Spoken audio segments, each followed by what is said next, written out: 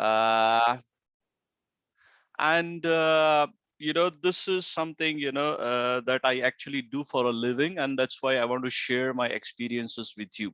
But before I do that, a big thanks and a big sincere a vote of thanks and appreciation to the people behind the scenes, uh, who actually toil hard to bring this type of events to us, right? And they are the people from MFIRD, which stands for Millet Foundation Industry Research Development, right?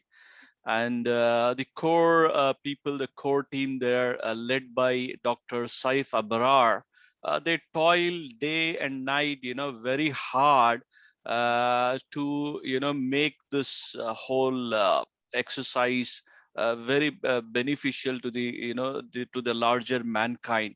And that's why every week you will see, speakers, one after the other on different aspects, representing their expertise.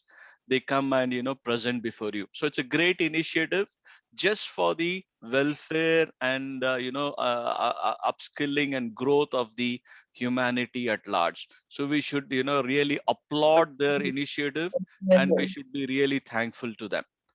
Okay, so with that little bit of background information, I would like to start with the current topic on of today's session, which is, why should I learn to be an ethical hacker, which is also known as pen tester in the actual industry, right? So in this presentation, I'm going to share with you the reasons why, becoming an ethical hacker today really pays off in terms of not only, uh, cool jobs, but also in terms of, some kind of a satisfaction, or some kind of a job satisfaction, or, as if you are contributing to the larger welfare of the whole world. Another a word of I think here is some people's mic is unmuted, so please mute that out so that we don't hear any background noises, yeah, during the presentation. So please mute your mics. Okay, you'll be given ample opportunity to ask questions, but please during the presentation mute your mics. Thank you for that. Okay, so we will be discussing a lot about all that stuff, all right? And then we will go forward with that. Yeah. So it's really, really an exciting time to be an ethical hacker slash penetration tester, right? And I'm going to share you the reasons for this, and how, if you are technically inclined and you have a motivation and a desire to do something better, right? Not only to do a cool job or a cool little thing out there, but to save the world, right? In terms of being the messiah. Okay, so it's really an exciting time. Okay, it's a golden period that we live in today, where we thrive on all these cyber security issues that are happening all over the world. So let me start the presentation. The first few slides will be just like an intro, right? There won't be any talk about me. There won't be any talk, but just some slides which will be automatically forwarded, and then as soon as that thing ends, I will resume my actual talk. Okay, so let's get started.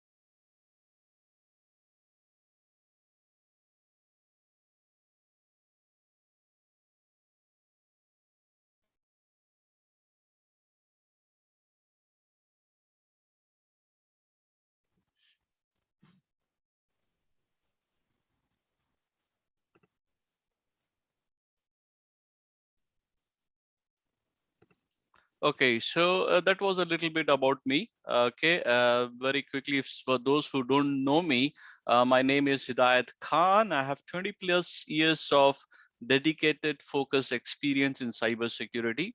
I currently work as a senior team lead, red team lead actually, for a Fortune 50 company. Okay, and then these are all my previous experiences. I used to work for Emirates Airline in Dubai, and I actually oscillate between teaching. I teach as well as I do consulting, right? So both of the stuff. So what I'm going to share with you is, from the trenches experience. I have been there, done that kind of scenario. So it's really a hands-on experience for me, which I would like to share with you.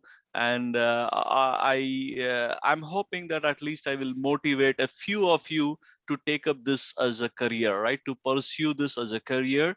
And if I act like an anchor and help you, support you, and guide you towards that, mission and achievement. Okay, so that's the goal of this actual presentation. Okay, so let's get started by. I'm just trying to advance my slides here. By talking about the different hacker types, right? So we are talking about ethical hacking. So we want to actually start off by discussing the various or different types of hackers out there, right? And then the ones which are good and the ones which are bad, right? So we need to discard the ones who are bad, and then we need to emulate the ones who are good, right? So that's why I want to start off by this very formal slide here. So who are the different types of hackers? Today, the hackers are into different types. Okay, I mean the hackers today that we see, advanced persistent threat. These are hackers that are groomed by the countries themselves, right? Just like we have defense, army, navy, and air force.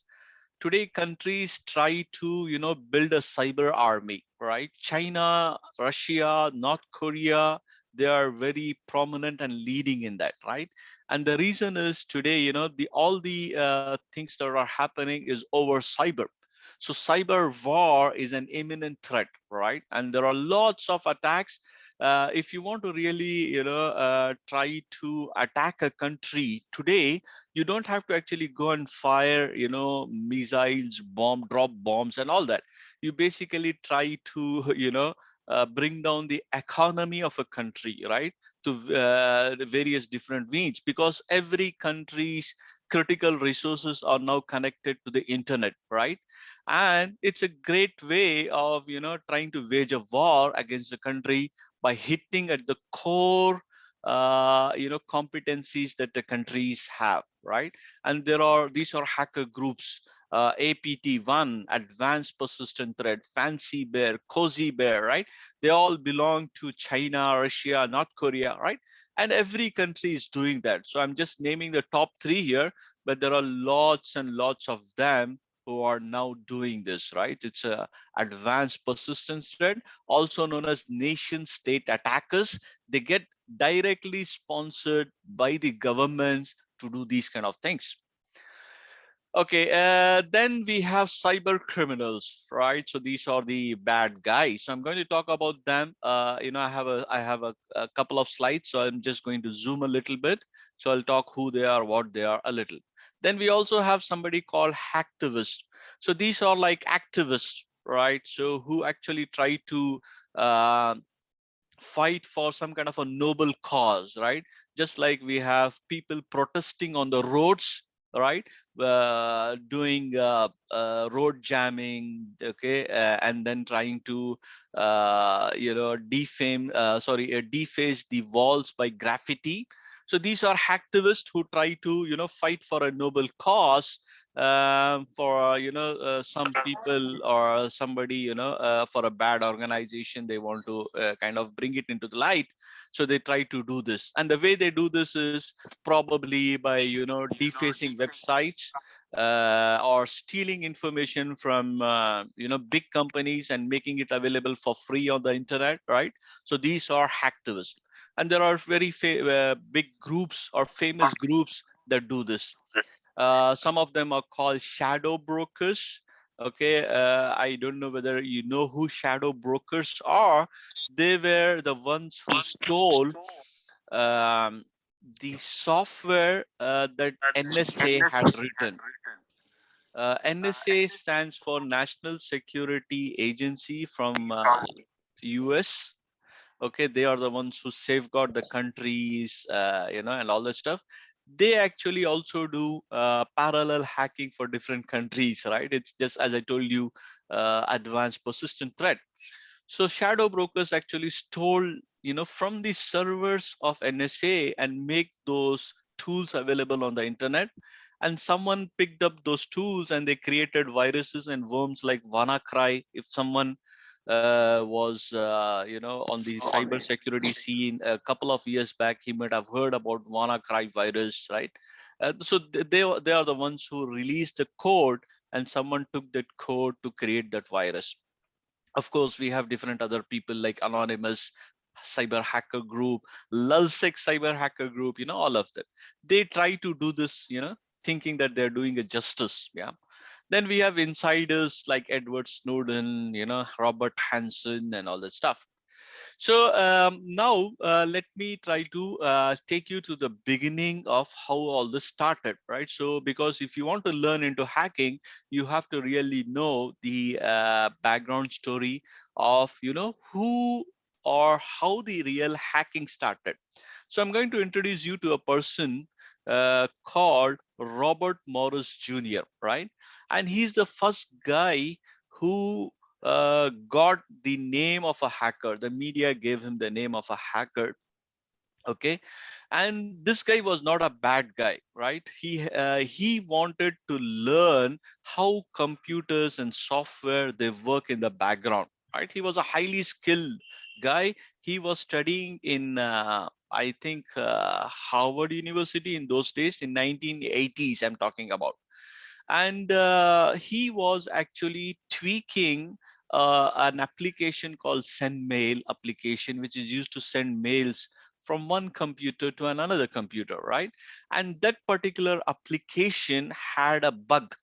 It had a vulnerability, and while he was tweaking, it got converted into a worm or a virus and started replicating and propagating itself onto the internet, and started bringing down a lot of critical machines on the internet. Like on those days, military was connected to the internet, and many different critical resources. And when Morris realized what was happening, it was bringing down all the machines on the internet. He urgently contacted his friend in MIT to discuss a solution on how to block this virus from spreading. So they released an email, with instructions on how to stop this worm from spreading. But since the whole of the internet was clogged with the, virus traffic, the mail traffic, this mail did not reach the intended recipients. And that's why in those days, almost all 80 to 90% of the internet was down. And the media, they declared Robert Morris, son of, a senior Morris, who was actually, I think, a senator in the parliament in those days, right? And they gave him the title hacker. So this is the first guy who got the title of a hacker.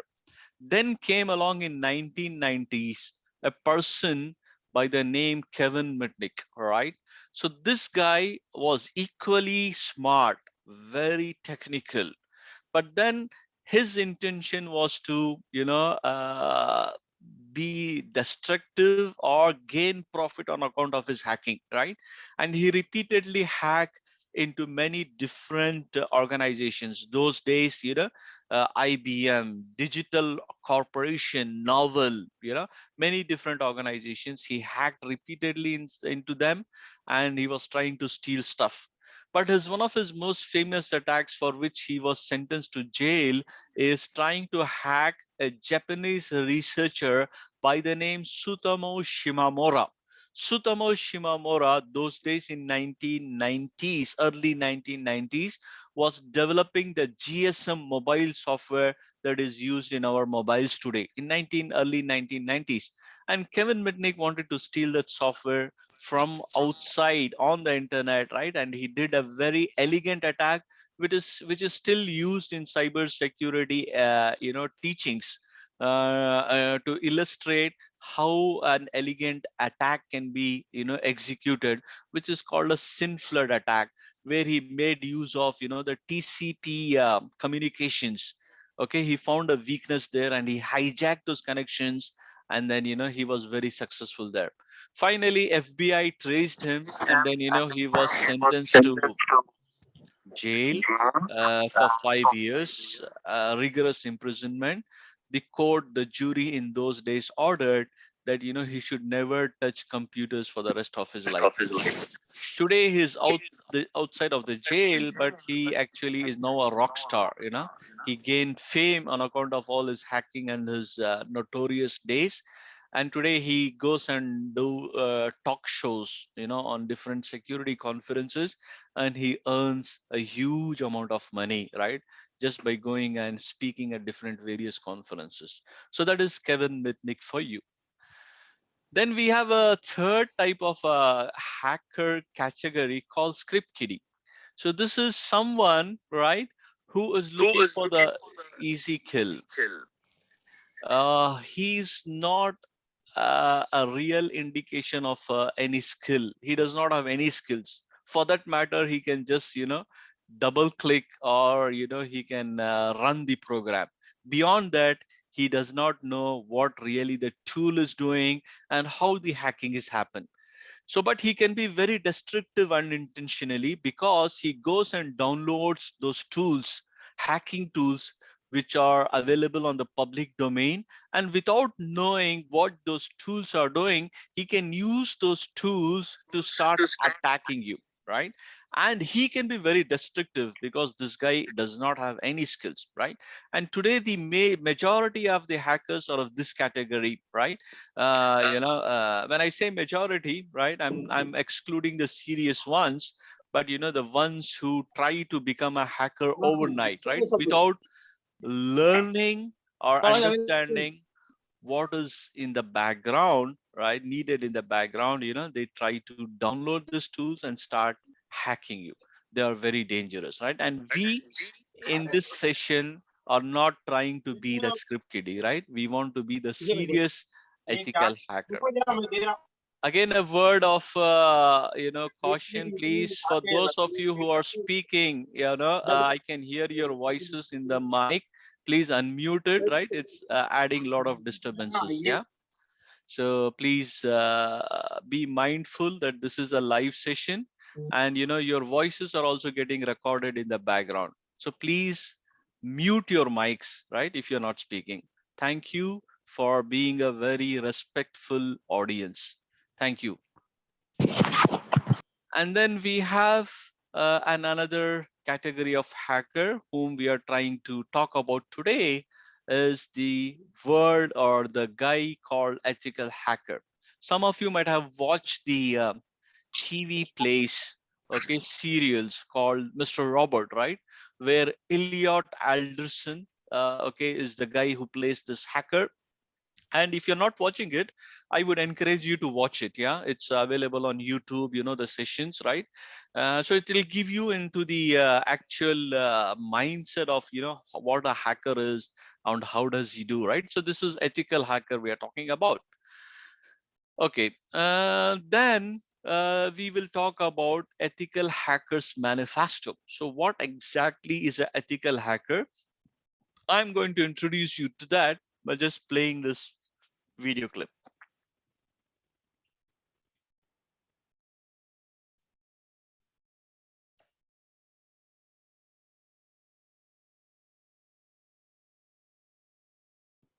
No audio.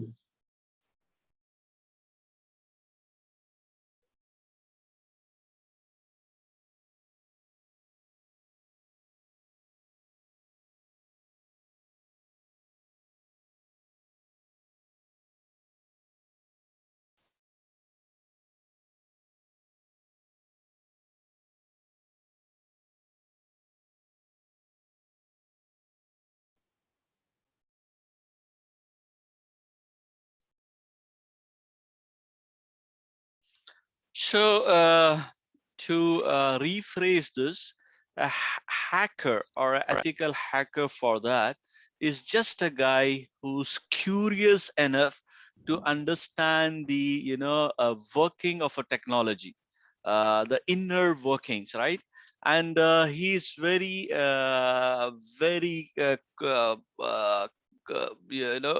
inquisitive, and he wants to understand all that is happening about. Yeah. So I'm going to now give you the definition of ethical hacker, right? So manipulating technology to make it do something that is not designed to do, right? That is the actual traditional hacking. And the sinister connotation of hacking, which media today claims, is breaking into computers, right? And then, doing it without permission. So for a ethical hacker and a bad hacker, the difference is the permission. When an ethical hacker is hacking an organization, he's doing it with signed and written permission of the target organization, right? So today companies invite ethical hackers to come and hack them to identify the different weaknesses they might be having.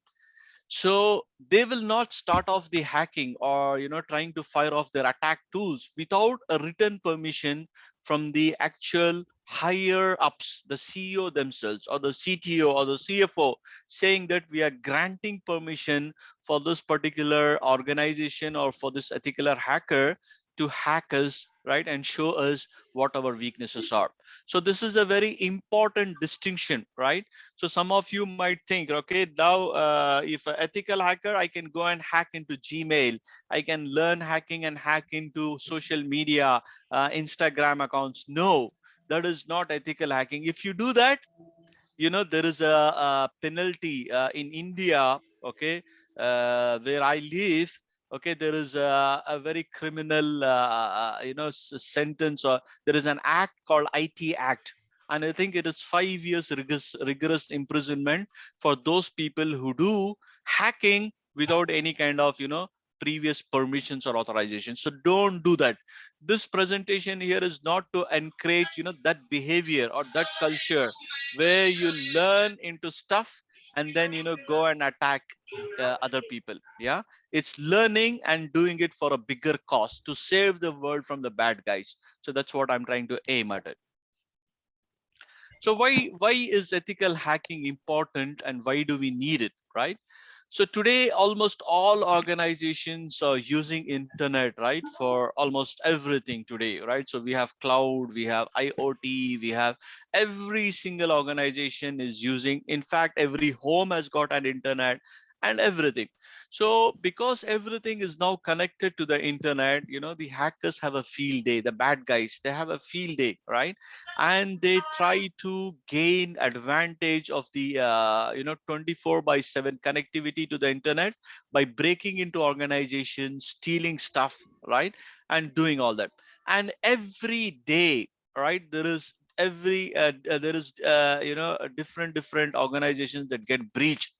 All right. And companies of all shapes and sizes, even the bigger ones, the top reputed ones, they fall victim to these attacks, right? If you don't believe me, just go to a website on Google. You search for this website called informationisbeautiful.net, right? And there is a page there called data breaches. I used to have that page here, but I just cut it out because it made for a lot of other I needed room for other slides. So there you will see every day's statistics in the form of beautiful bubble pictures. So companies like Facebook, LinkedIn, okay, government organizations all over the world, they get breached every day. So ethical hacking is needed, right? Ethical hackers are needed to make a point to the top level decision makers, the CEO of the company, the CFO of the company, for what action they need to do and for prioritization of their resources to fix those vulnerabilities and weaknesses that are making them lose money or lose business or have a big negative impact on account of that hacking. So, but if you're able to prove by doing your hacking that there is some kind of a weakness on your application or network that has been exploited, for the hackers to dump this sensitive information on the internet, they will probably take action. So that's the goal here, right? So penetration testing, also ethical hacking, which is known as, they are both the same words, penetration testing / ethical hacking, often real world proof. Okay, it offers real world proof of what a bad guy can do to you, right? So this is like, an ethical hacker will be called to emulate and imitate just like a bad guy, but in a more controlled way, right? And there are a lot of job opportunities for ethical hacking, and today compliance industries like ISO 27001, PCI, payment card industry, for banks, for financial organizations, they all mandate that every single organization, who are dealing in finance, have to undergo, penetration testing twice a year, right? So there's a lot of stuff that is happening out today. So let's get and understand the mindset of an ethical hacker, right? So if you really want to be an ethical hacker, you need to imbibe this mindset. So successful ethical hackers must maintain this mindset, which is actually contradictory, right? There are two different aspects to this. Yeah.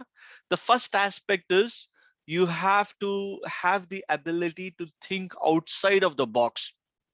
Okay, what do I mean by that, right? So if you're looking at an application, right, you will not be looking at this software or this application just like what the developer did, right?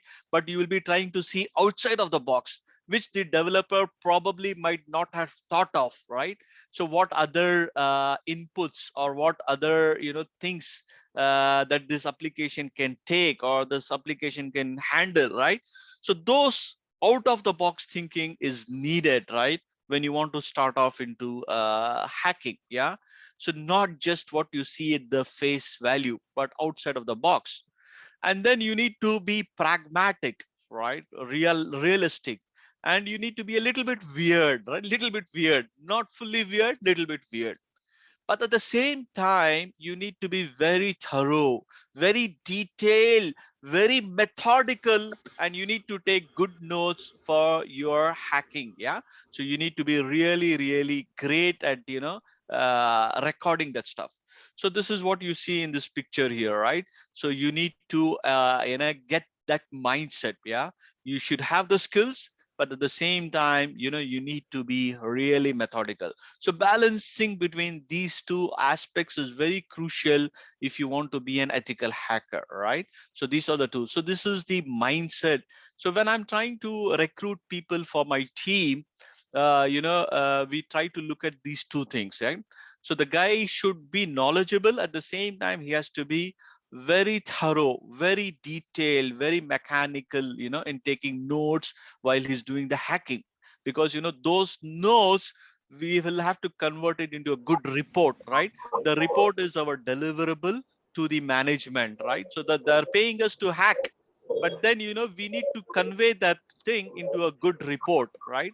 And conveying that technical and business aspects is what is needed. And the second aspect is he needs to be really bright individual. Yeah. So again, there is a little bit of background noise. I'm sorry to keep on repeating this, please don't mind. Yeah, so if someone's mic is turned on, please mute yourself. Thank you so much. I'm now going to take Sir, you. you can mute them also. I can mute them, but I'll have to come I out of guess as a my. host, you can mute everyone except you. Okay, let me try that. I think. Yeah, brother, that is a great idea. Please mute everyone, please. Thanks a lot for. Great. So just a second. I'm going to mute. I don't know. I'm not able. Oh, now it's muted. So I think someone has muted it for us. Great. Thank you so much. Excellent. Okay, so I'm now going to take you behind the scenes of how ethical hackers operate, right? Do they just download a tool and start attacking you, firing off, right? Something like that? No, but they follow some literal steps, right? And I'm going to take you each of those steps so you understand how the actual real world hacking is taking place. And then I'm going to take you step by step. If you want to really become a hacker, where do you want to start? Yeah. So the first thing that a hacker worth his salt would do is, create an attack infrastructure, right? He needs some kind of an attack infrastructure. I'm going to talk about what that, right? Then he would need, something called OSINT. OSINT stands for Open Source Intelligence. This is finding out information about his target by using open sources like Google, Yahoo, Bing.com, right? Everything on the using search engines, he can find out about his target, right? So so he has to do that. Then he will have to resort today to a technique called phishing, right? So I'll talk about what a phishing is, and that way he will be able to gain access to the guy's computers, initial access.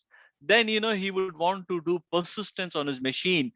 Basically, even if he reboots his machine, he will get back his access, right? Then he would privilege escalation. He would escalate the privileges. Maybe he got access as a normal user.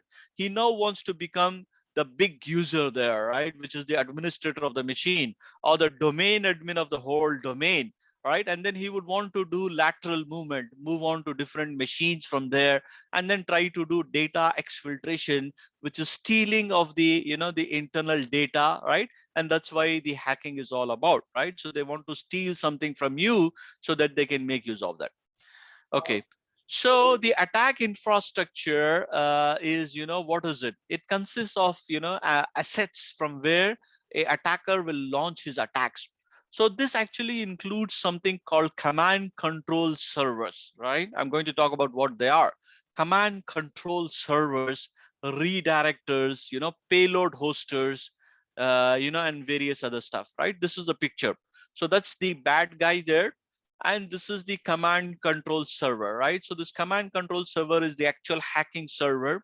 Okay. And then he will also have the payload server. This is, where all his attack tools or attack scripts or the bombs that he would want to use, to conduct his attacks, right? And then he would want to use some kind of a mail server to send his, the mails, laced with this kind of attack tools or the whatever stuff. And then he will have redirectors in front of him, where when the backend company who gets breached, if they try to do any investigation, they will only reach this redirector, right? So this redirectors, he will have many different redirectors on the internet, right? One redirector to another redirector to another redirector, right? And they will be only reaching the redirectors, but the actual C2 server, they will not be able to investigate because it's hidden behind anonymity, right? It's behind different types of anonymity circles there. So this is the complete attack infrastructure. And today there are a lot of command control options that are available. There is a website called the c2matrix.com, right? Okay. And if you go there, there are lots of, on the left hand side, you can see these are all the different C2s, open source, commercial, and all that, right? They use this to start attacking you, right? So when you're doing any course in ethical hacking, you'll have to learn about one of these command control tools which are used to do the actual stuff. And these are the redirectors, right? So which actually, from the internal company, when the company gets breached, the internal server will reach out to the C2, to the attacker's control C2. They will not directly connect to the attacker's control C2, but they will go through this redirector. Yeah. So that is what we want to have, redirectors. There are different types of redirectors here, but I will leave it for now because they are technical in nature. But just for now, remember there are something called redirectors to hide the attackers. Then once the infrastructure is assembled, the first step the attacker would do is something called reconnaissance, which is, information gathering, okay, using open source intelligence. So he would use Google, he will use bing.com, he would use all sorts of search engines, social media, job sites, Instagram, you name it, right? And there will he would want to use that information to seek out what the target person is. Maybe he wants his email, maybe he wants to know the different subdomains, or the different types of the different tools which are available, right? The some tool called LinkedIn. Okay, so this is, if I use this tool, I can use this, it will connect to LinkedIn. And, let's say everybody today is on LinkedIn, right? Who are working in companies, they have their LinkedIn profiles, right? So if anybody is working for Microsoft, I cannot go and ask Microsoft for all the employees of, Microsoft in LinkedIn. I cannot ask that, right? LinkedIn will block me. But there are tools here which will available for me to gently ask LinkedIn to give me all the email addresses of someone on connected to LinkedIn for an organization called Microsoft, right? And it will dump it for me, right? So there are the other tools called AMAS here, which will do similar stuff like dumping the domains, find subdomains, right? I need all this information, right? If I want to attack someone, I need his email address, I need his domain name, I need his different stuff. All this is possible. And the next step that I want to do is something called phishing. So phishing is, which is today's, it's one of the most dominant attack vectors. What we do with phishing is we send an email or send a link, right? The email will have a link, and when someone clicks on that link, it will download a backdoor or a virus or a malware onto a system, or it will, give credentials back to the attacker, right? So many different things that happen here. So phishing today is one of the most important aspect in doing ethical hacking or whatever. So there are two types of, or three or four different types of phishing, right? So this is a normal phishing. Then we have something called spear phishing.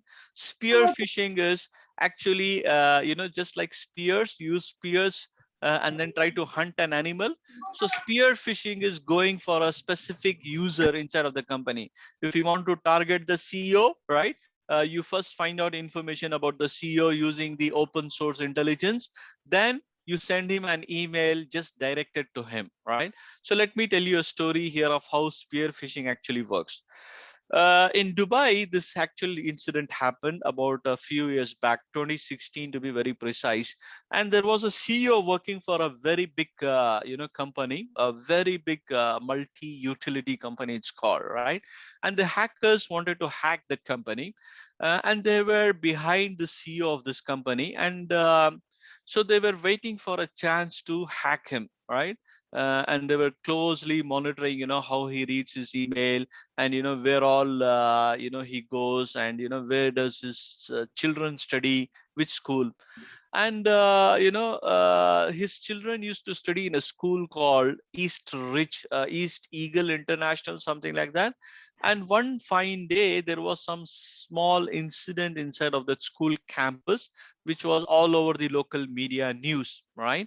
And immediately within minutes of this incident, the CEO receives an email. Okay, and this email actually comes from somebody who claimed, it was on the email, from email, it was, the superintendent of the East Ridge School. And the message read it like this: dear concerned parent, you might have heard about the unfortunate incident that happened today in our school campus. Please don't worry, your child's safety is of utmost important to us, right? Please do not try to come to the school because the school is in a lockdown mode. If you want to find more information about your child's welfare, please click on this link. And they just send him this link. This was from the hackers, right? It was not from the school, it was nothing. And when that guy, a concerned parent, clicked on that link, it dropped a backdoor, a malware onto the CEO system. And he went and the next day he connected his CEO to the company's network. From there the virus started spreading internally, right, stealing all sorts of information. and the whole of the company got hacked, right? And this is how, while we were doing the background forensics investigation work, we discovered this scenario, right? So this is how things happen. This is called phishing, spear phishing, and many different things. So the in phishing, they need a scenario, just like what I told you, right? So the scenarios are, in this scale, they took the East Reach school incident, right? But there are scenarios that they normally take as job openings. They might send you, okay, you have such skills, there is a job waiting for you. Or your company's email is being upgraded, please click on this link. So they will send you, things like this. For example, here, this is, some employee, look at this, it's coming from internal.com, but this is actually a phishing email sent to an employee called Kathy Houston, right? Saying that, in recognition of your hard work, we want to give you a $25 gift card, please click here. When someone clicks on that, right, it looks like it's coming from human resources, but it's actually taking you to the hackers thing. So this is called phishing, yeah, and you have to identify this phishing. Indeed. Today, if you don't do this, right, this is how your machines get breached and hacked, yeah. So hackers would want to develop this kind of phishing pretext. Okay, for this they would need, some kind of domains. Okay, a phishing domain. For example, if I go back to the site here, look at this corp internal. So there was just a company called corp, I think, right? Just say corp.com. So they bought a domain. They went and bought a domain called corp internal. That's a fake domain. So they went and registered a fake domain on the internet, right? Very similar looking. Like if you have something called facebook.com, they might buy a site called facebook.xyz or something like that, which is very similar to the actual organization. And they would, use this to, gain this. And of course, they will buy all these domains which has a positive reputation. I mean, when I say positive reputation, today, many organizations and companies today, they have, internal filters, web filters, which will block any email coming in from a non-registered domain, or sorry, what do I call, non-categorized domain, yeah. So that's why they want to go and they will search for a domain. There is a site called expireddomains.net, and let's say they will search which recently got expired, and but it had positive reputation. If they're trying to hack a bank, they will go and search for something bank related website here. If they are trying to hack let's say government organization, they will try to search something for here, right? So that's why companies have to do their due diligence, and whenever their domains are expiring, they have to renew it before they don't get expired, right? Otherwise they will get picked up here, and someone will use those domains to start attacking you. Then the next thing that the hacker would want to do is, of course, have phishing objective, right? What does he want to do out of that? Probably he want to steal credentials, or he want to do some remote code execution on the background, so he gets, a shell access or an administrator access on the background machine, right? So credentials harvesting, right? So he wants to use some kind of an email by sending him an information that your email server is being migrated, your VPN server is being upgraded, right? So please click on this link. So someone clicks on that, the credentials will be stolen, right? So for this he will use tools like GoFish, Set Framework, right? And then he would also use documents. These are called maldocs. Maldocs are nothing but malicious documents. These are your Word and Excel documents, but they will be embedded with macros. You know what a macro is, right? A macro is, if a document is enabled with a macro, you see here where I'm moving my arrow, you will see this yellow bar on the document here, right? The macros are today disabled by default by modern Windows computers, right? Because macros are big danger. So if you really want to open the macro, Microsoft wants you mummy to खाना है क्या? enable the content here. When they enable the content नहीं here, वहाँ रोम करे बाद में वहाँ sir को गए this the malware will get what do you call executed, right? So for example, here someone is sending this email with this Word document. If someone clicks on this enable document, right, the malware will get executed. and the hacker will get a shell access, or he will get internal access on the guy's laptop, okay, without him knowing it, right? These are called macros inside of Word and Excel document. And to do this kind of hacking, there are a lot of tools available. Lucky Strike, right? So you can create macros for Word documents, for Excel documents, for PowerPoints, right? That's why never open a document which has got a macro, right? Unless you know it is from a trusted source, right? If you just blindly open it, okay, it might contain a virus, and your machine might be immediately hacked. So to support this, there are automated frameworks and tools called GoFish, right? So this is available for you, GoFish, and there are plenty of other ones, Kingfisher, right? Crutfisher, right? This will allow you to do the hacking stuff, right? It will allow you to create the malware. It will allow you to send the emails. It will allow you to monitor the campaigns. All of this is possible. So of course, if you want to send an organization and you want to hack it, you have to completely clone the website of that organization. For example, okay, if you want to hack someone's Office 365 account, you have to clone that website, exactly just like that. And this particular tools here, this GoFish tool, the set framework tools, they will allow you to clone that exactly just like that, right? And then you send them that email, and then you have this tools and the software called Evil Jinx, right? Even if they have multi-factor authentication, like OTP enabled, right? You can still steal it, right? You can still steal the credentials by using tools like Evil Jinx. And this is what you see here, right? You can see the username, you can see their passwords. So even if OTP is enabled, even if they're using all this multi-factor authentication, you can still steal those credentials and get there. And of course, they also want to evade the antivirus, which is there, like Windows Defender or Symantec or whatever they might be having internally on the company. The hackers will have to evade this. And there are various ways of doing this. Yeah, there are tools available called AV evasion, antivirus evasion, okay, which someone can use it. But just using the tools will not help. The actual serious attackers, will do much further, right? They will do something called ghosting of the actual malware. Okay, so an antivirus should not detect it, right? They will do something called API unhooking of the calls from defenders, right? These are all low level stuff, right? But if you're learning ethical hacking, you will learn of how of all these techniques of how to bypass AV, of how to bypass Windows Defender, right? If you want to really hack into different systems. Yeah, so this is the step. Now that was the basic background of how the real hacking happens, right? Once they get in, they might now start stealing the data, right? That data is now will sell into millions for them, right? So if you really want to do that kind of stuff, but not in a bad way, right? But in a good way, right? So if I have picked your interest, right? And if you really want to become an ethical hacker, right? I'm going to ask you this question. Are you ready? Do you really want to be a penetration tester, right? So this is what you see here on the screen is from a very famous hacker movie called Matrix, right?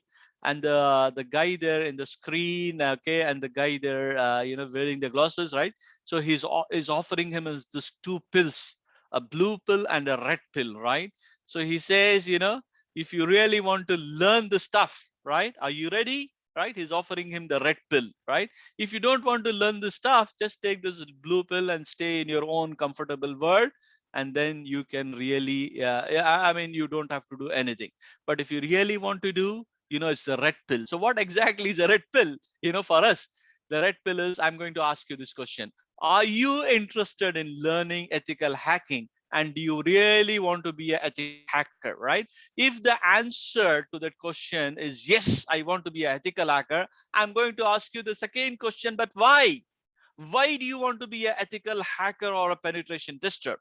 And if the answer to the question is because I want to hack my friend's Gmail account, or I want to hack the social media account and steal my friend's stuff there, or I want to look cool, or I watch Mr. Robert's television serials and I want to emulate like that guy. If that is the answer to all the the questions that I ask you, let me stop you right there. that's not the motivation for us, right? And you will never be successful for that, because that is a bad guy. I told you in the beginning, right? Every country has got cyber criminal laws. And if you're thinking that I will learn hacking to hack my friend's Gmail account, social media account, right? You are a bad guy, and there is 5 years rigorous imprisonment. But if you want to learn this to do something good, right, with signed permissions from the owner of the systems, right? The owner of the systems is not like your friend signing it off for you, right? But the actual IT, the things there, right? So that is the reason, and you want to save the world from these bad guys. Because if you want to fight the bad guys, you have to learn how to fight, right? If you want to defend yourself, you need to know kung fu, karate, whatever, right? So I'm going to teach you here the kung fu, not to fight but to defend. Yeah. So that's why here, this is a famous quote from one of my friends here, Jane Miss, right, who's my fellow instructor in SANS. uh, and he says, penetration testing, and especially red teaming, which is an advanced version of penetration testing, is a field which requires constant studying and learning, right? Every day you need to be studying and learning something. You will be facing a lot of different challenges, and if your mindset is I just want to be double click and become a hacker, no, it's not, right? You need to be learning, because technology is changing every day, and every new technology is bringing new vulnerabilities. And if you really want to be a hacker, the first thing that you need inside your mindset is, I have to be willing to keep on learning new things every new day, right? I'm now into my 24th or 25th year inside my career, but every day I learn, right? That's my motto, that's my thing, and that's how I have advanced. And today I am one of the instructors for a very reputed organization called SANS. Okay, it's a cyber security, and they are the pinnacles of cyber security. And they do cyber security conferences all over the world, right? And I'm invited to go and teach their courses, right? And then they pay me a huge amount of money for teaching that. And how did I reach there? It's because of that zeal and motivation to constantly study and keep on learning new stuff, right? And that's what I wanted to start with, right? So this field is it needs you to be on top of your game. So if I have picked your interest, and if I've motivated you enough, so if anybody wants to become a penetration tester, where does he start, right? The first thing is, of course, this is a technical field, right? You need to have technical knowledge, sound concepts of how networks operate, right? Operating systems, hands-on experience, especially Windows and Linux, and some amount of coding, especially today Python and C sharp, and some sound security concepts, right? So these are all some core elements which will really make you into a very good ethical hacker. But don't fear if you don't have these skills right now. You can start accumulating the skills, right? So some of you might not have the skills, but don't worry, right? These skills can all be acquired. Okay, they can all be taken for and learned. Yeah. So okay, sorry, I just moved into a different thing. Yeah. So if you really want to become a penetration tester, right, the way that you want to learn is, today it's very easy, right? So you can take classes. Okay, there are free classes, there are paid classes, you can attend conferences, right? But you can also do many things today. I'm going to talk about it. Self-study, right, is very important. You can create your own home labs. There are a lot of videos to follow. I'm going to share each of this information for you. Keep calm and start learning, and within no time you can become a penetration tester, and after some experience, a world-class ethical hacker, right?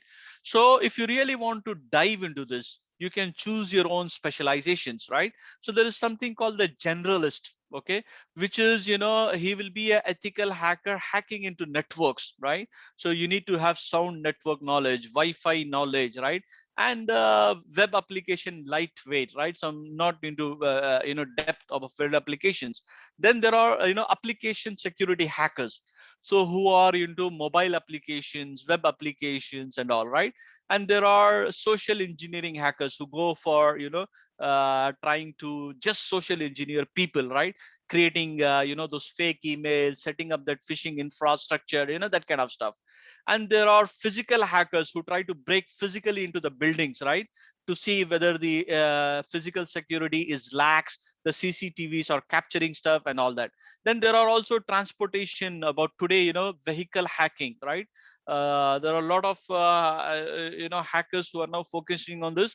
This is called automotive hacking, right? So today, self-engineered cars like Tesla, and also the future class vehicles that are coming for self-driven, right? They all need security checks, right? Airplanes, right? So we have a different field now called automotive hacking, yeah.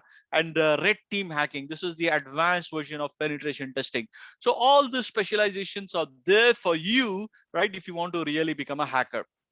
So how do you want to start?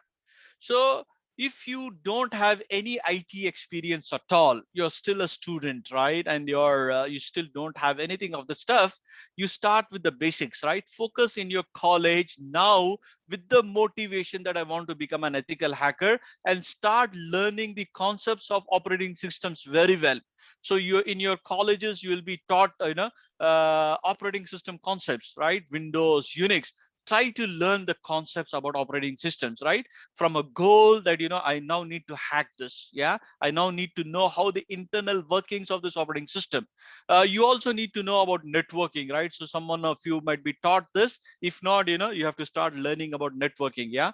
How computers are connected, and what are the different networking protocols, TCP, UDP, okay, ICMP. You need to learn all this, right? So this is, get started with the basic stuff. This is with no IT experience. If you have little bit of IT experience, maybe you are 1 or 2 years into the job already, you're doing some job and you have some IT experience, right? And you really want to get inside this field, start learning Linux, okay, hands-on stuff, right? Download, Linux operating system, right? I'm going to tell you what they are. Popular ones like Ubuntu, Kali, Parrot. I'm going to tell you about all those stuff, right? So you learn Linux, learn networking, right? And learn security foundations, right? A little bit of some security triad called CIA: confidentiality, integrity, availability, right? So something there to get inside this. And if you have cyber experience, cyber security, infosec experience, and then you want to get into penetration testing / ethical hacking, you start participating in, start learning about ethical hacking courses. Take some courses, yeah, which are available easily, right? So some courses will be available. I'm going to talk about which ones are there available, for free ones, for commercial ones, and all that, right? So you can use those courses and then participate in CTFs. These are capture the flags. Okay, so these are some gamifications, right? Every company these days have you can see CTFs all over the internet, right? If you just say search CTF, right, on Google, you will see. So these are, you try to break into some companies, fictitious companies, and you have to cross levels, level 1, level 2. You have to capture the flags. When you capture the first flag, you go to level 2, level 3, and keep on moving. This is called capture the flags. This will teach you how to become a cyber security or ethical hacker, right? And there are bug bounty programs today. Okay, and for everybody we need a lab, right? Even seasoned pros need a lab for themselves, and only with the lab they can keep on honing and finding tuning their skills to become a very good hacker. So the lab is, you can start off with a very minimalistic lab, right? Today, you can have virtualization software. Please, I'm going to mute you again. Someone here. Okay, muted that guy. Ajas, I've muted you. Sorry. So minimalist hardware. Okay, you don't have to buy a lot of hardware, right? Just have download this open source free virtualization software called VirtualBox, right?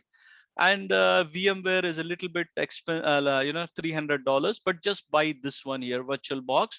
And use this virtual box, and then you can have multiple operating systems inside of your one single laptop, right? So you can have Windows, you can have Unix, you can have many different things, right? And all of these ones you would need inside of your thing to start learning, okay, about Unix and all that. So this is, just start with virtualization, virtual box. If you go and do a Google search for virtual box, you will hit this, virtualbox.org from Oracle, and you can download that. Then you can use a dedicated lab, right? So people like me, I have a dedicated lab, and then I buy a small hardware where I can have multiple operating systems. This is, if you want to invest a little bit more, right? And then there are advanced lab on the internet as well. There's an organization called snaplabs.io. Okay, if you go here, okay, you can create your own labs. This is for free and for commercial as well. Okay, especially people, teachers, cybersecurity, hacking trainers, right? They will use this to create a complete fictitious organization, and they will use this lab for trainings, right? And this is, if you want to also create your own Windows, Unix, you can use this snaplabs.io and create this, right? But it's better, it's a little bit advanced, that's why I don't recommend it. But at least start with a minimalist lab here to start learning about that. The next step is you need to have your attacker system, right? From where you want to learn hacking. So the most prominent attacker or hacking software or operating system is Kali Linux, right? So this is what you see on the screen here, right? This is a Unix distro, right? From Debian operating system, and this will have all the hacking tools in one box, right? In one operating system. And of course, there is also something called Parrot, right? My personal one is Parrot because it's way cool than Kali, but these are two ones that you can use, right? And then on Windows side, we have something from called Commando, which also has got all the hacking tools in one box, okay, available from this organization called FireEye, right? So all these different attacker platforms. So you need to have both the the Linux as well as the Windows, right? Because you in every organization, you will have both operating systems, Windows and Linux. So that's why you need to have both the attacker tools. You jump across these tools to do your hacking. And you need to have the targets, the machines that you want to attack to learn your hacking, right? So for this, you create your own vulnerable machines, right? So there is a site called vulnhub.com where you can go and download vulnerable applications like Exchange or SharePoint or MS SQL software or whatever. These are all vulnerable stuff. You download it and host it on one of your target machines, and then try to use Kali or whatever to attack that, right? And there are also vulnerable applications called Metasploitable 2 and 3. If you do a Google search, you can download. This is a completely hackable with lots of vulnerability software, right? And this will teach you how to actually start learning hacking. Then there is OWASP, Open Web Application Security Portal, right? This is, they have something called WebGuard, a complete vulnerable web application with all sorts of vulnerabilities to teach you how to become a web security hacker, right? And then you can create your own VM machines and then your own different exploits. You can download from this exploit DB, but I would suggest not to go there because initially this will have a lot of exploits, but you cannot use it because you need to know how to use it by tweaking it and all that stuff. Then if you want to really get inside of the skin of a hacker, start learning, right? So one of the books that I recommend is from my colleague, right? Ex-colleague actually, Philip Wiley. He used to work with me, an excellent guy.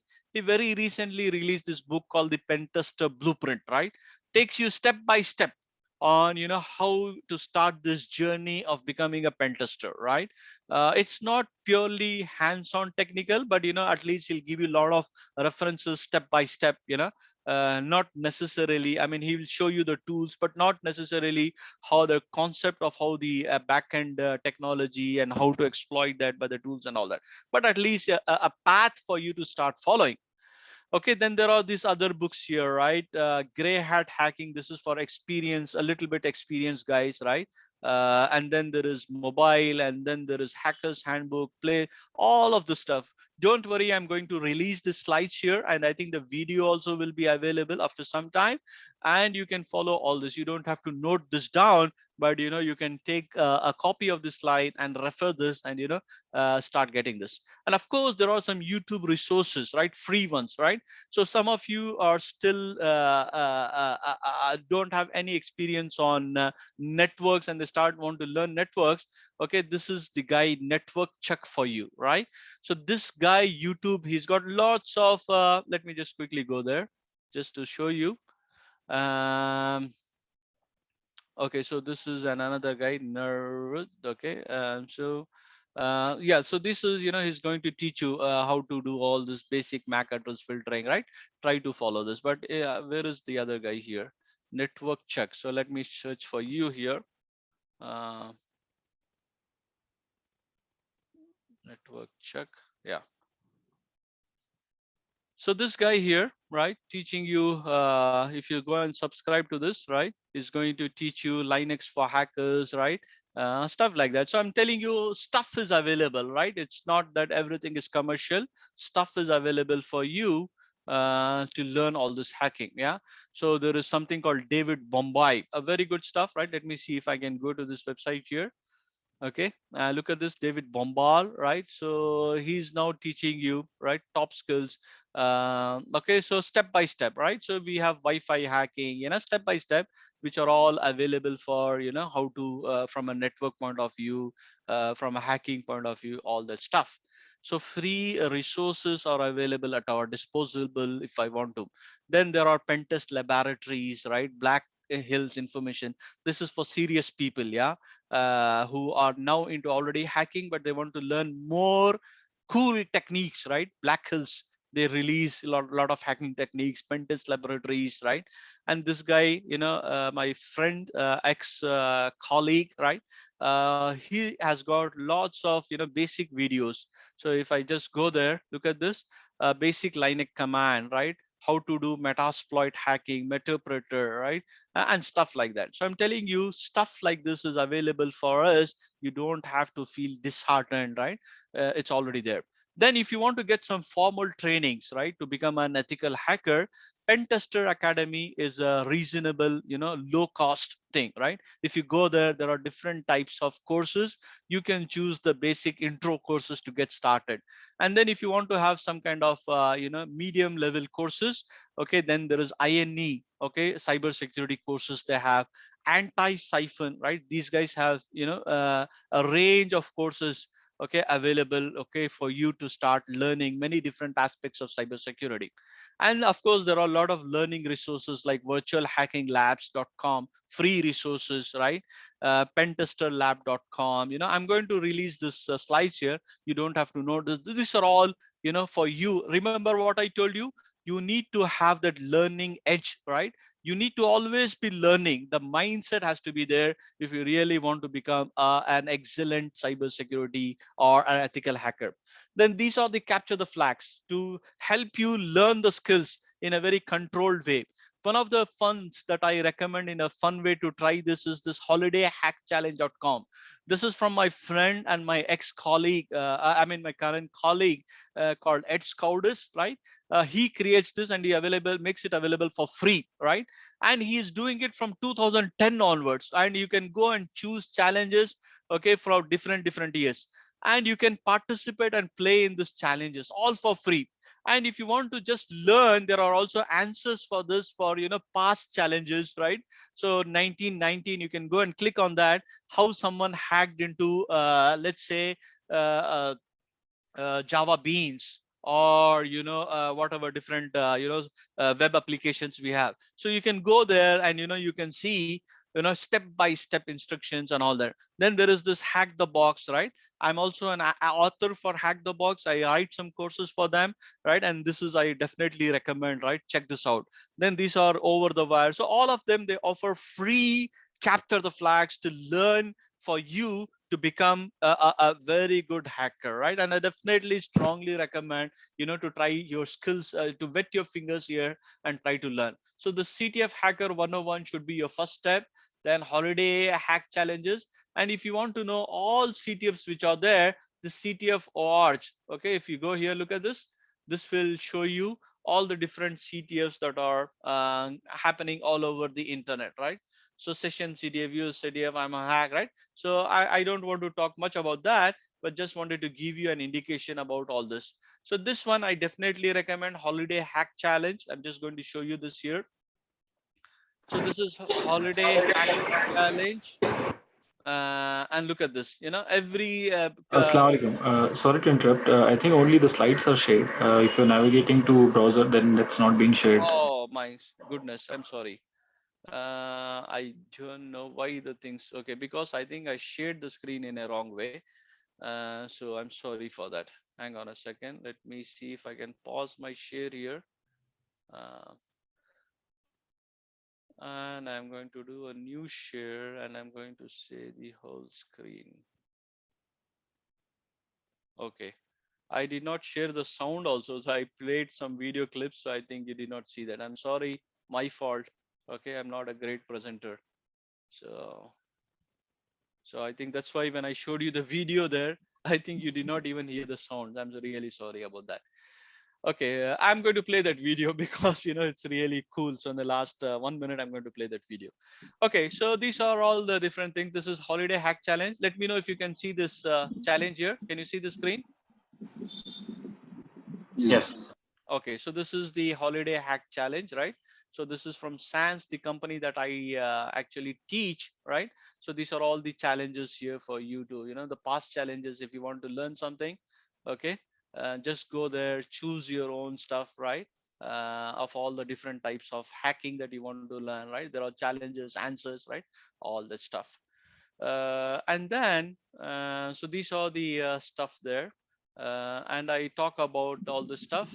And I'm sorry you did not see me showing you this YouTube resources also, but I don't want to waste time, but you can actually go and see this here. Then if you want to become a Sorry to great interrupt. yeah. Hello. Yeah, you see, this is Zohra. I have a humble request. You see, I'm basically a .NET developer, and definitely I don't want to be a hacker. But yes, at present, it's a trend to create web-based payment products, payment applications.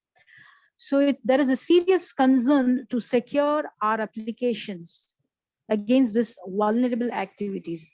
OWASP, Open Web Application Security Protocol, happen to be one of those vulnerable activities towards we need to protect our applications. So it is nothing less than an ocean. This is Open Web Application Security Protocol, where it shows hundreds of activities with which we can get caught into vulnerable activities, and also the solution with which we can protect our application. So my humble request should be, yes, hacking is good. It happens to be a very dynamic concept, but how it would be very helpful for us if you help us in enlisting the concepts that we need to go through or learn, with which we can implement security in our application, because this happens to be the most predominant questions in interview. How will you secure your web applications? Excellent question. Thank you for asking that, Zohra. Because there is a growing need to protect web applications. Security, what is that you do for security? Excellent. So for 4-5 years, we can expect questions for development. But when you reach the experience around 9 to 10 years, then we need to know how to secure our application. So my humble request would be, please let me know with which I can establish myself as somebody who can secure the application, with which I can increase my demand in market when I'm compared towards other developers. Please help me with that. Humble request. Thank you. Great question, and thank you for asking that. So what you are seeing in today's session is just like a teaser, right? I'm just talking about the stuff that we are available on the internet for you to learn all about that. But definitely, if you want to learn ethical hacking, web application hacking, network hacking, right?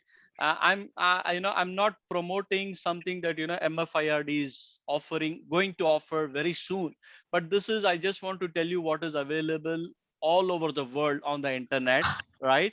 And then I'm going to pitch our course, which we are probably going to offer very soon, all about how to secure your replication by learning how to hack it, right? So we will be talking about .NET there. We'll be talking about everything for a web application that needs to have. And not only that, we also have different, from a network point of view and all that stuff. So it's all coming up. And what you see here is just a very high level picture of, if someone really wants to get inside of this field, what does he has to do to become that real expert? All right.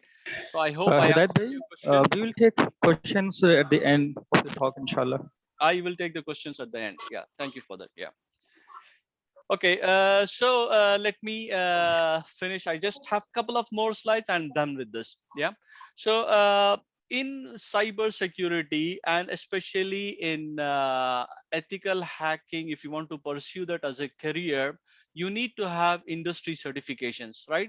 This is what will at least tell the recruiter that you possess some kind of a minimal knowledge that has been validated by some third party, right? And there are certifications, and that this is what will get your toe, you can have your foot inside the door inside of a company if you're looking for jobs, right? And the first level certification, which is from CEH, entry level, right? I don't necessarily endorse this because this is all tool centric. You won't learn much on that, but it has got a name, and it has got some kind of accreditation there, and it's also reasonably cheap, and that's why people try to do this, but I don't necessarily endorse this. Then we also have something called from CompTIA, Pentest Plus. These are entry level certifications just to learn about this. But I would say don't spend your money there. For entry level stuff, freebie courses are more than enough for you, more than adequate. And I'm going to share with you what those freebie courses are, right? I'm going to invite you to a Slack link where we have lots of free courses already assembled there for you, right? And you can start learning there. But if you want to spend a little bit of time and money, right, and gain some certifications, so these are the certifications for you, right?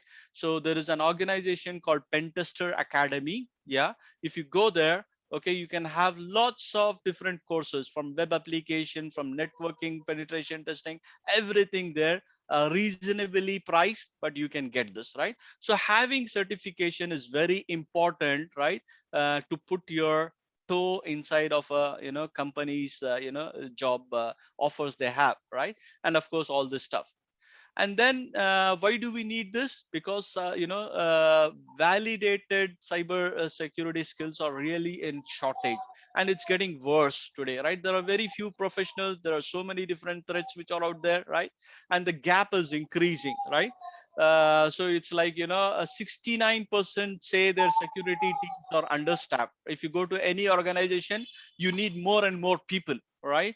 But there are lots of a lead time to go and hire a person, right? It takes 6 months on an average to really recruit a right guy with right security skills. So the job market is very huge. There is a very big demand, and it is all being unfulfilled right now, right? And there's a big need. Okay, and we need a lot of people to have this as their skill set, so that they can go and grab this very wonderful pay jobs that are waiting for them, right? So the top 5 cyber security skills in demand, or if you look at it, cloud security, right? Big data analytics, application security, hacking, right? But almost all fields today, it needs cyber security, right? And then we need penetration testers, ethical hackers. Even if it is cloud, we need someone with the skills to hack the cloud. We need someone with the skills to hack the big data, right? We need someone with the skills to hack applications, databases. So this is a great little opportunity for us, and it's available for those who need it. And there are lots of areas of specialization, especially if anybody doesn't really want to become an ethical hacker, but still he can pursue a career in cybersecurity. For example, incident handling, right? If a hack happens, how should you handle that incident, right? Forensic analysis is post-mortem of after the hack, right? Then we have DevSecOps, then we have cloud security. All this stuff is, different areas of specialization, and there are 20 different cool cybersecurity careers waiting for you. Yeah. So if you look at this, and these are all, if you have a little bit of experience, very well paying, very rewarding, and you will be actually contributing to the goodness of the world by stopping the bad stuff from the internet, right? And this is the references here. So if you really if I have generated a little bit of interest in you, and you are ready to become the next rock stars of cybersecurity, I would encourage you to don't procrastinate, right? So procrastination is what will make us always, step back and take it lightly and a laid back attitude, and we will not, right? And I concluded with this particular, famous thing, right? Every morning in Africa, a deer wakes up. It knows it must run faster than the fastest lion or it will be killed. Every morning, a lion wakes up. It knows it must outrun the slowest deer or it'll starve to death, right? It does not matter whether you are a lion or a deer. When the sun comes up, you would better be running, right? So this is from Abe Gubana. The point here is, if you're just waiting for an opportunity to come to you, it will never come. You have to pick up the pace and start now, today. Even if you're a student, right, just into his first year of engineering or a BCA, you don't have to wait till you finish up all your final years to get into this, right? Right now, today is the day you can start, right? And if some people who are into IT or who want to really, today is the day, and you can really get into that. With this, I'm going to conclude, and I'm going to open it for questions. Please ask me questions so that we can take your questions now. So I'm going to, yeah. Want to see the chat?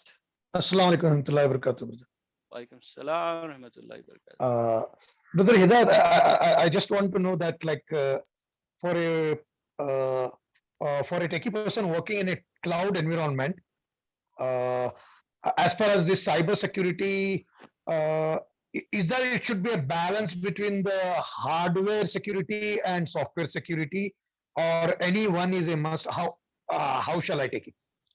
Okay, it's a question from Mr. Sajid is, for an experienced guy who's already working into cloud, if he wants to really get inside into ethical hacking, does he need to have a balance between hardware and software? So I would say, Mr. Sajid, you already have experience. You don't have to spend too much time learning about hardware stuff, but just focusing on the software and a little bit on the networking side, because the cloud is all about networking, right? So it's like virtualization, network virtualization, we call it. If you learn the ropes of network virtualization along with your cloud skills, this will take you places. Sorry for interrupting, brother. Alhamdulillah. Networking, I'm aware. I'm asking about the security.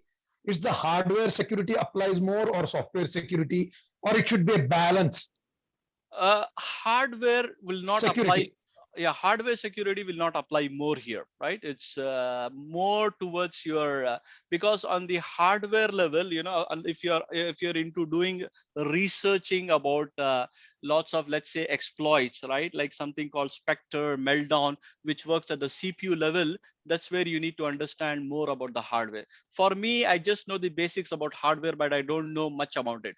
But I'm still able to do a lot of engagements. So to answer your question, having more on the software and the networking side of the things will make you successful, and pay a little, not much focus on the hardware side, right? You don't have to spend time there. There is something like Carbon Black. Can you just tell me something brief about that? Carbon Black is a product, right, which is a EDR solution, which is called endpoint detection response, which most companies use, for an advanced level of protection in addition to their Windows Defender and AV firewalls, right? So this is like, companies internally, right? They use products like Carbon Black, CrowdStrike, and different other products which are available. Yeah, it's an EDR solution.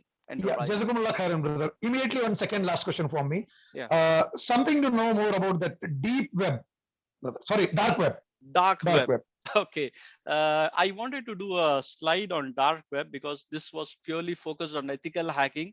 That's why I did not do it. Dark web is the real dark web where the dark guys or the bad guys, they operate, right?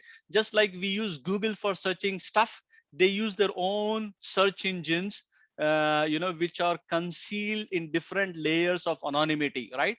And for this, they use tools like darktrace.org and many things, right? And they operate behind Tor. So this is, you will see stuff there which are purely, I would classify as dark material. Maybe drug handling or Bitcoin sales or stuff like that, right? If you don't have any genuine reason, I would say don't visit that, because the moment you go there, you're advertising yourself, right? And if you are an innocent guy, your IP address is flagged there, so someone with bad intentions might go behind you, right? And you need to have lots of anonymity layers like Tor network, proxifiers to go behind that, right? If you're just a starter, don't ever go there. All right, second question, please, from someone. Barakallah feek, brother. Barakallah feek. Yeah. Assalamualaikum, sir. Walaikum salam. Sir, what happens if we use a VPN? For what?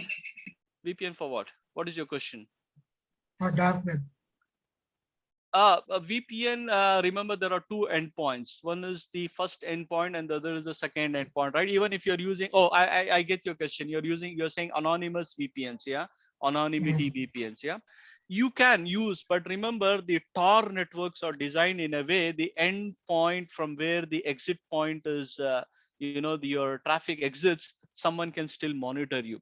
If you really have the inner knowledge of how to use open VPNs and open SSL VPN connections, and you can still be careful that your traces are not left, you can use that. But I would still advise, there are some other special tools there. Let me tell you, if you really want to find more about dark web, go to YouTube, and there is a guy called John Hammond, right? John Hammond. Yeah, let me just share my screen here so you guys can follow that here. Hang on a second, just 1 second here. So here, John Hammond, okay, dark web. So he releases lots of documentaries and stuff like that. And you want to really start how to get into the dark web, right? Follow this step, right? So he takes you how to be careful, what you need to do, what sort of layers you want to have, right? Really good stuff, right? But yeah, be very careful there. Okay, any other questions, please? So what is IP address or MAC address? Differences between IP and MAC? I think this kind of questions you guys can find it on the internet. We need some important questions to be taken. Yeah. Right? Yeah. Okay. What is IP address? What is dark web? You guys can. There are a lot of material available on the internet. You guys can go and find it from there. Okay. Hidayath, my question here is, you're getting the knowledge, the reference books. What I need, because I see you have a lot of experience. I mean, how do you transfer? How do you propagate your experience? Basically, how do you share your experience with others? That is my question. How do I share my experiences with others?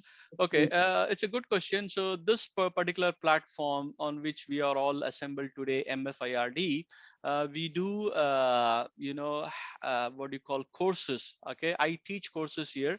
And so far, I think we have done 2 batches, okay, of cybersecurity foundations, essentials, and we are planning for a course on ethical hacking very soon. The dates have not been announced, but the day the dates are finalized, you will hear it from our good friend, Mr. Dr. Saif Abrar on his MFIRD channel. Okay, so you can follow that, and this is how I share my knowledge, right, with others. Okay, do you have a website for that? Where you have a website for MFIRD? Are you talking about? Yeah, so that we can follow that. We can find the. You have been subscribed to a MFIRD WhatsApp group, right? Just follow there. For now, you will see all the information coming up to you, okay, whenever we release this. And we can get connected, brother Saif, for all the trainings. Yes, inshallah. Inshallah. And one more last question here. This thing. Do you have any? I mean, do you take any personal classes or something like that? Or if you want to contact you, how do you? Yes, I take personal classes as well. Okay, I didn't want to talk about myself here, but definitely I teach. Okay, lots of these courses and available. If you want, you can get in touch with me. I will leave my email address here. So for people who can connect to me, okay, I'm putting it on the chat, and we can take it forward. All right, so it's here. Yeah, you Okay. see, I have a question. Yeah, go ahead. Yeah, this is Zohra again. You see, I'm not an expert in all these concepts. I'm basically a .NET developer. So I would like to, I want you to help me with certain vulnerable activities that we can possibly expect in any web application. I belong to a web application domain. And what is that I can do to protect my application?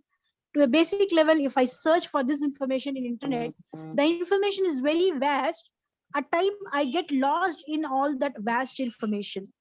So as an expert, I would like you to help me with at least top 10 activities, vulnerable activities which we can expect in any web application, and the possible solution with which I can protect my web application. Okay, This is a, sister. yeah. So I got your question. So you're looking for some kind of a web application security course that can take you from step 1, okay, to step If not Z. scores, even if you share me the concepts, that will also do good for me. Okay, so I can share you the resources, but if you want to have courses, okay, I can give you some links here, free courses which are available on the web, right? You just connect Fantastic. to me on my email there. I'm going to invite you into a Slack channel where I have all these resources for web application that you talk about, very well orchestrated, and you can follow that, and all your questions will be answered. But if you want to have have my personal coaching for you, you need to wait for a little time when it is announced from the MFIRD. You can subscribe to that, join, and you can also learn web application hacking from me personally, right? Okay. All right. Thank you so very much. Okay, great. So any other questions, please? Assalamualaikum, Hidayath bhai. This is Amir here. Excellent talk. So I have a question. So in your practice, have you seen recently like some machine learning tools being used for any of this cybersecurity processes, and what's your opinion on them? Okay, great question. In my personal experience, have I ever encountered any machine language stuff? Not necessarily on the offense side of the things, like on the attack side of the things, but on the defense side, right? You really want to defend, right? So you want to collect a lot of data, right? Assimilate data, telemetry data from different endpoints, from networks, and you need to correlate that. So you will be in an ocean of a data, and if you want to trace the bad traffic or the attacker traffic there, in the past we used to use the different techniques like correlation engines, okay, data normalization and all that. Today we have started using of machine language, okay, for this, and we are making incredible success there. So to answer your question, yes, not on the offense side of the things, but on the defense side of the things. So did I answer your question, Mr. Amir? Yeah, so you mean mostly it's the data collected by SIM, SIMs, and basically doing correlation there, like ELK stack and something like that. Yes, that's what I mean. Yeah. Got it. Thanks. Jazakallah. All right. Brother, one question. My name is Wasim. I've joined from UK. I'm an initial MFIRD team initiator from Hyderabad. Welcome, Mr. Wasim. Yeah. Mr. Shahid Bhai. My question is from the freshers point of view, because here also in UK we do a similar kind of stuff. The thing is, from freshers point of view, many students come here as a fresher, join the universities, and they take the cybersecurity as their subject. So, and then they think that, by doing just the course, they want to get a job. Now, there should be some information, or I just request you to put some slide there to see like what should be the process, or how long does it take for a fresher to get into a job?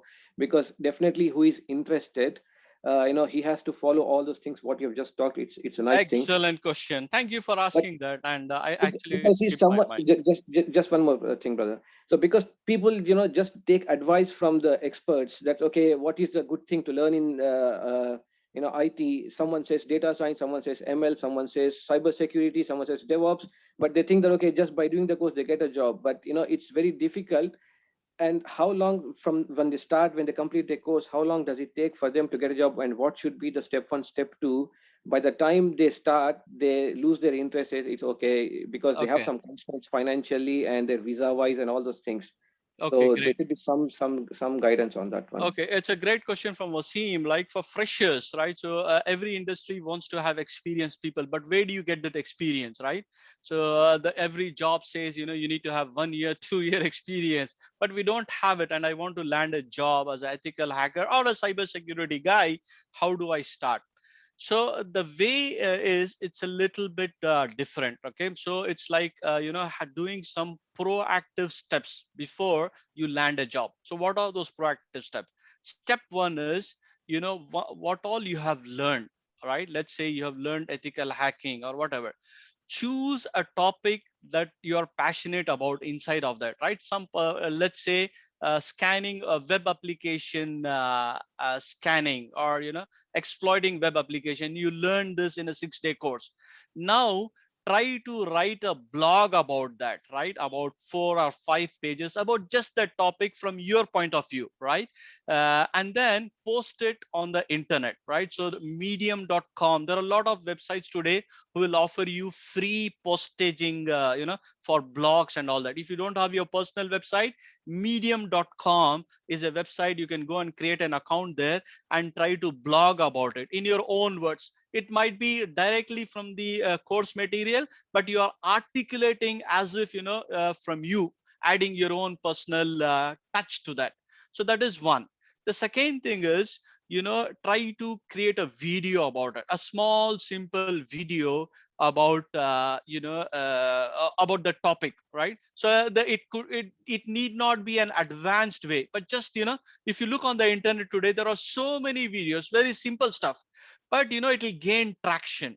So people are searching on the internet, okay, how to do web application attack, or, the top 10 web application vulnerabilities, right?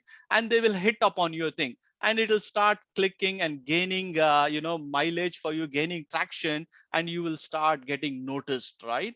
And then participate in CTFs. Okay, the open, I mentioned the capture the flags. These are available on the internet.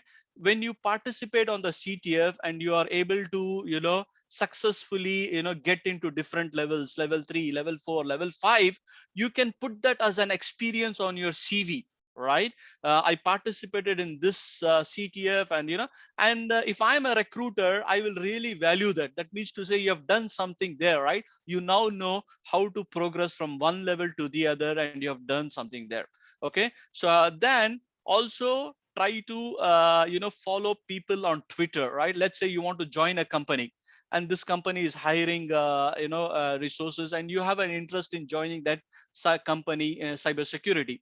So start following the key people inside that on Twitter, right?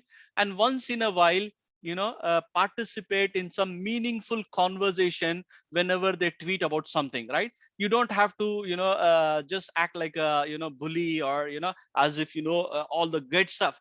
But, this is what I learned in this course, and this is really a great stuff, or something like that, right? And try to, have a meaningful, discussion on Twitter with these people. And once in a while, connect to them on LinkedIn. They all have LinkedIn profiles, and directly do a DM to them, right? And of the stuff that you're working, send them a direct message, right? And this is the stuff I did, and I want your advice on this. Can you please check my blog post here, and can you please advise me this? When they start noticing you, that you are a guy and who has this little bit of skills, people want this initiatives, right? Just get passing a certification course will not land you into a job. You need to do this little bit of stuff, get yourself noticed out there by doing the blog, by little bit of YouTube, small, videos. And then the third thing, the CTFs. And fourth thing that I talked about is LinkedIn. This is called self-marketing, right? The moment you start doing this, after a little enough time, you will be, in those league where people will start noticing you. And when you ask for a job, they might really oblige. Did I answer your question, Mr. whoever it was from UK? Yes, that's fine. What would be the entry level role for this one? Entry level would be a junior. If I'm talking about ethical hacking, it will be a junior, security assessment guy, right? Junior pen tester, we call it, yeah, who just knows how to use, how to run tools like Nessus, just scanning, yeah. So there is a big demand for this for junior resources.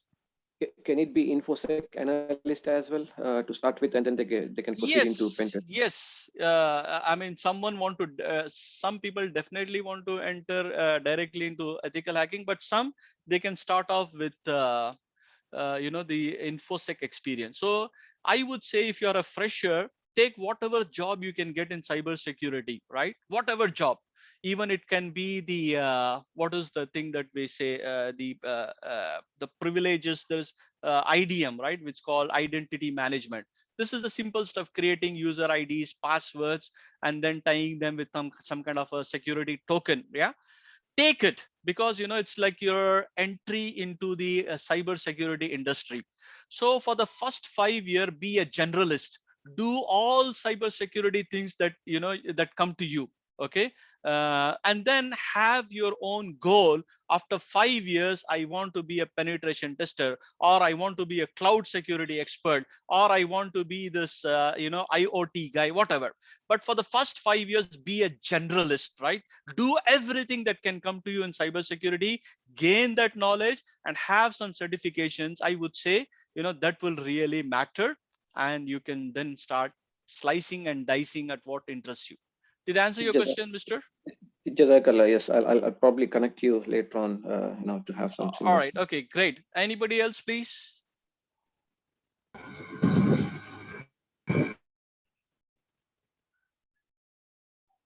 I'm not sure whether I've exceeded the time zone, time limit that Saif Abrar has given us, but I'm willing to take more questions. Excuse me, sir. Yeah. Sir, I'm a BCA student. Yeah. I should focus on development or in penetration testing, sir? The question is very objective, right? You're saying you should focus on development, or what did you say? Penetration testing. Penetration testing. It depends on your interest, my friend. Okay. No, sir. I'm interested in penetration testing. Okay. Final year projects were in development, no, sir. Okay. So what you do, Mr. Ainul Afsar, there's a lot of background noise here. I want to speak to you in a more, in-depth way. Connect to me on my email, right? I'll also share my WhatsApp number here. Okay. So for those of you, I'm from India, right? And you can connect to me here, and you can have some detailed conversation. I'll tell you about that. Sorry for abrupting, taking this offline, but your question needs to be discussed in a more in-depth way. All right. So connect to me there. Okay. Anything else? Okay, sir. Contact email, sir. Yeah, sure. Hello. Yeah. Imran here. Yes, Imran. I have background of 5 years in identity and access management, and moreover into cloud security.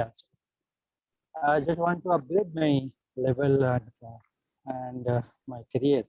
Very good. So can you please suggest me what topic I need to be taking? What's your interest now? Where do you want to go, so that I can advise you there? So I am expert in like authentication and authorization protocol setup. Okay, cool. Yeah. And you want to use your background to further advance in cybersecurity, right? Yes. Okay. So yeah, so I would say start off with look out for some jobs in SOC, Security Operations Center, right? Where your IDM skills will be really important. Yeah, Security Operations Center. Yeah. So inside of SOC, if you start, there is level 1, level 2, but I think the beginners will get the level 1 position, where they will have to observe, monitor the logs, and your IDM skills will matter there. And then over a period of time, let's say after 1 year into SOC, you can get into something called threat hunting. Yeah, hunting for attackers, hunting for bad guys. This is, more in-depth SOC skills. Yeah, this also evolves into something called CTI, Certified Threat Intelligence. Then the next level for you would be incident response, forensic investigation. All that stuff. So plenty of avenues for that. But your first entry should be into SOC. Yeah, that's good. All right, thank you. Yeah, sure. Anybody else, please?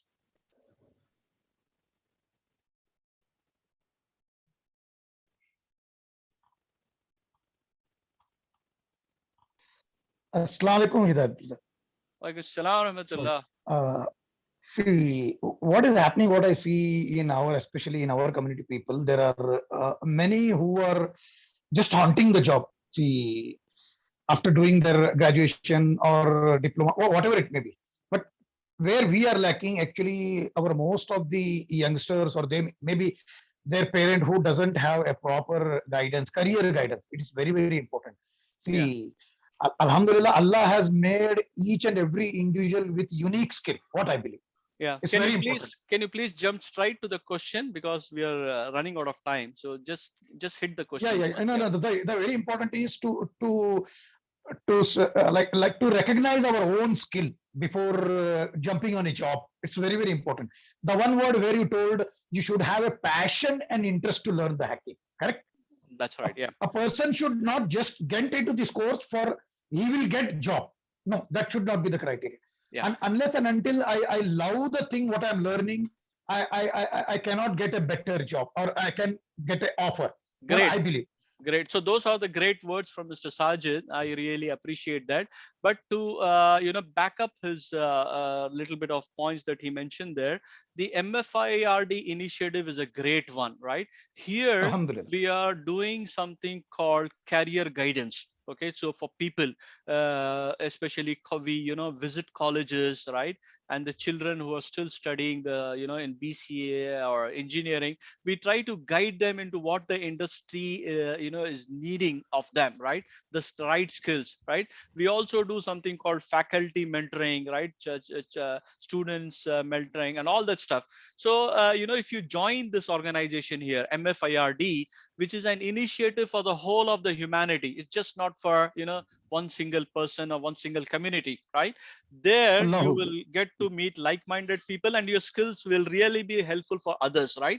You can guide somebody, you can hold hand, do hand holding, and all of this is we are currently doing as part of the MFIRD initiative. Yeah, Jazakumullah khair, brother. Because see, I'm almost done. Since I have got 25 plus in IT infra, starting from the scratch. I'm telling not like that I have reached same like you. I was a hardware guy nearly 25 years back, where 3.11 was launched, Windows 3.1 with 386 computer. Great. But today is totally different. I'm totally into infrastructure support and services section. Cool. And currently, like Alhamdulillah, I'm associated with MFRD. But I want to engage. I will add up my son, who is in his just completed his second year of engineering, where he's totally opposite. He's into coding, interested. Okay. Where because it is totally opposite of my experience, right? No problem. Yeah. So even he he can reap rewards of this, right? So ask him to join. Yeah. I will just join that group and just seek support from the brothers who are having intensive experience in the coding, as well as just now what you talk about ethical hacking. Yeah. MashaAllah, Alhamdulillah, may Allah make it easy for our community. And really, thanks a lot for your session, brother. It was very, very good, brother. It was very good. Yes. Okay. So let me just try to add the thing. It is not the community, but the humanity part, right? So we are actually working towards the whole humanity, right? So let's have that. Sure. So that's the main message here. Okay. Yeah. In general, humanity, in particular, community. Okay. All right. Okay. Great. Assalamu alaikum. Just one question. This is regarding to with perspective of testing. See, when we talk about ethical hacking and all the stuff, we also have a role called cyber security testing. Yeah. I mean, we talk about penetration testing, but you have covered a lot, like from the creation of the IDs and stuff like that, then to many things. But in these, we normally, when we talk about the profiles, also we majorly talk about web testing, web application testing. But you also have like services, web services testing, and you have cloud testing. Multiple different arenas are created.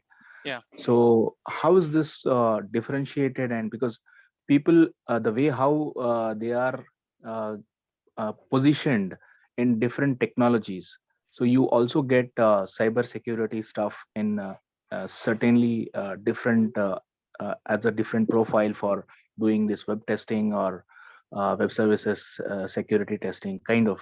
Okay, so your As a question whole. is, if you allow me to rephrase, okay, for Mhm, the sake of time, you're saying, mhm. are you asking this, so there is something called web development testing and cyber security testing. Is there a difference between these two? Is that what No, you're no, trying I'm to not. get at? No, I'm not saying that. See, Okay. when we talk normally, we talk about penetration testing in terms of web testing. We don't talk about microservices. We don't talk about cloud or something like that. Mm-hmm. But in terms of when we do, as you said, if you're a fresher, where I'm starting, so I'm starting by creating the IDs, and I'm doing for some say 3 to 5 years. Yeah. But then you are doing, for example, in our organizations, we did some kind of SQL injection testing or something like that, but it is not related to ID creation. So there are different profiles that you do based on type of technology that your cyber security, I mean cyber testing you are doing basically. Yeah. Yeah. Is it so how do I see, if I'm asking, if I've asked someone, do you know how to test security testing for web services or Yeah. microservices? Yeah. Okay. So So, okay, I think I got your question. So, for the sake of time, I want to be a little bit more concise with the questions, yeah, because I hope there I can take more yeah, I questions. understand, you Yeah, can go ahead. yeah. So, so the question is like, when the question asked by Mr. Mohammed Zafar, how can we differentiate, okay, this guy can do web services testing, and today there is something called API connectivity testing, right? And the general OWASP testing and web application and all that.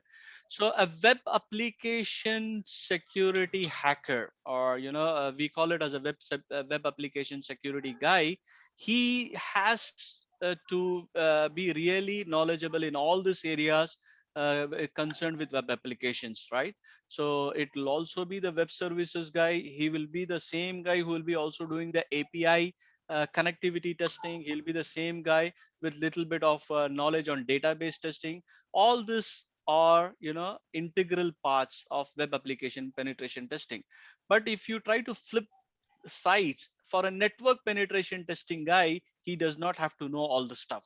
He has to know most about networks, how they operate, right? The routers, the switches, the active directory, the Linux, the core components of that kind of stuff. So when we talk about any field, I'm saying you have to be in depth of that particular field, not at the scratch level when you want to become a ethical hacker of that particular field. I hope I answered your question, Mr. Mohammed Zubair. Yeah, Mohammed Zafar. Yeah. Yeah, Mohammed. If not, you can connect back to me, right? And we can talk about it in detail. Yeah, for the Yeah, sake of time. Yeah, yeah. yeah. That's Assalamu alaikum. This is Ajaz here, and Walaikum salam. I know the industry. There are lot of requirement for the freshers on the cyber security domain. Lot of requirements are there, brother.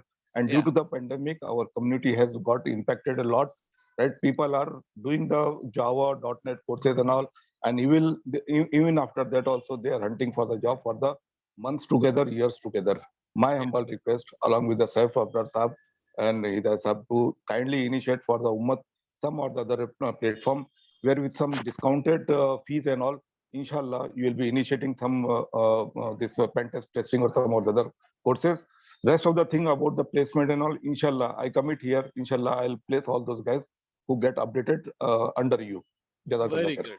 Very good. Thank you for that initiative. So if you can, let us know your contact details. I think Saif Abrar knows, but even if you share it with me on my email, right, that will be a great initiative. So yes, Inshallah. we have a endeavor to start some courses very soon, right? We've already done 2 batches in the past, but the next one probably will be starting soon, and all of you will get to know about it. Those who are connected with MFIRD. Inshallah. Jazakallah. The last question. Okay. Sorry. No, whatever 2 sessions you have completed, no, I will tell you, add on impact. Yeah. The completed guys must be guided to get an opening, which can be shared with the new people for our community as well as humanity, because that will become a small role model how to get into whatever they are interested. Excellent. The end result is when he learns it, at least he get into the industry.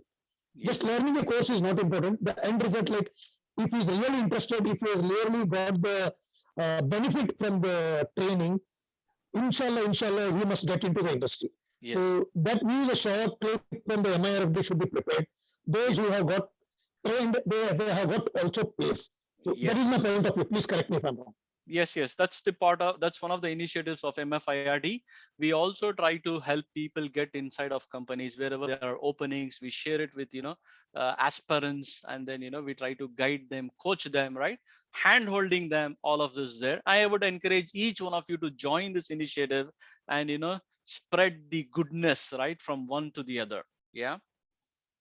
Okay, now the short interview should be taken from that guy who has already entered the industry. Yeah. So he should give a short clip for us, so that from MFID I can circulate to our community people. I can get connected and get into picture for the future requirement. Sure. So that will be a stronger point. Sure, brother. Inshallah. Any other questions, please, or can we close this? I think it's already past 1 minute after 1.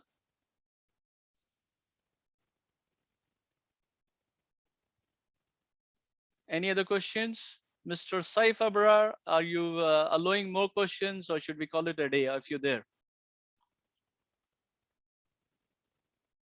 Yeah, better to close now because it's quite a long time for you. MashaAllah. Jazakumullah Hidayath bhai, and thanks to everyone. So we'll keep on connecting, inshallah, in future also. Inshallah. Okay, brothers. Jazakallah khair, and thank you for attending. Yeah, this session will be shared, no, brother?